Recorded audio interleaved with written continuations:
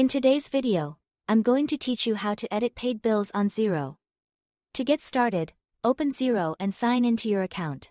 Once you are logged in, make sure you are on the main dashboard so you can easily access the navigation menu at the top of the screen. This process is useful when you need to correct information on a bill that has already been marked as paid, such as adjusting line items, changing account details, or fixing an amount. From the top menu, go to Purchases, and then choose Bills from the drop-down menu. This will take you to the section where all of your bills are stored and organized. In Xero, bills are often separated by status, which makes it easier to find exactly what you need without sorting through everything manually. Next, click on the Paid tab. This tab shows all bills that have already been completed and recorded as paid.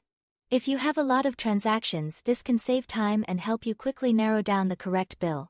Take a moment to locate the specific bill you want to change, and then click on it to open the full bill details. Once the bill is open, look for the Options menu. Click on Options to reveal the available actions for that bill. From there, select Edit. This will allow you to make changes to the bill, even though it has already been paid.